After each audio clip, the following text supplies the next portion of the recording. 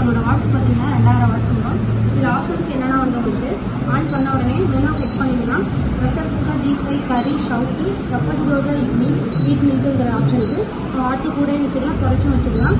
அதில் வந்து செப்பரேட்டாக வந்து இதில் வாட்ஸும் செட் பண்ணி கொடுத்துருப்பாங்க.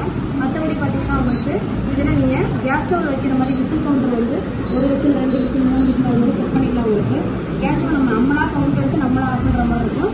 இதில் நீங்கள் விசிலை மட்டும் செட் பண்ணிட்டா போதும், ஆட்டோமேட்டிக்காக அதே ஆஃப் ஆகிடும். அது மாதிரி பார்த்தீங்கன்னா ஆட்டோமேட்டிக் கீப் ஆன் ஆப்ஷன் ஒரு ஆப்ஷன் கொடுத்துருக்காங்க.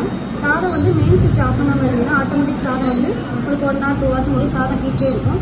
அது மாதிரி இது மற்ற இண்டக்ஷனோட இது என்ன அட்வான்ஸ்னால் உங்களுக்கு ஆட்டோ ப்ரெஷர் குக்கிங் மோட்னு ஒரு எக்ஸ்ட்ரா ஒரு ஆப்ஷன் கொடுத்துருக்காங்க. உங்களுக்கு ஆட்டோ பிசி மோட கொடுத்தீங்கன்னா rice, sambar, Pongal, pulao, chicken, mutton அது மாதிரி எதுனாலும் நீங்கள் வச்சுக்கிட்டிங்கன்னா அதே ப்ரெஷர் குக்கர் மோடுக்கு உங்களுக்கு சமைச்சு கொடுத்துரும். அதுவாகவே உங்களுக்கு கட் ஆஃப் ஆகிடும்.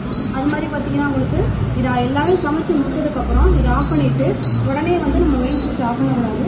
3 நிமிஷம் இந்த கீழே ஒரு ஃபேன் ரன் ஆகும். அந்த ஃபேன் ரன் ஆகி ஆஃப் ஆனதுக்கப்புறம் தான் நம்ம மெயின் சுவிட்ச் ஆஃப் பண்ணணும். தேங்க்யூ.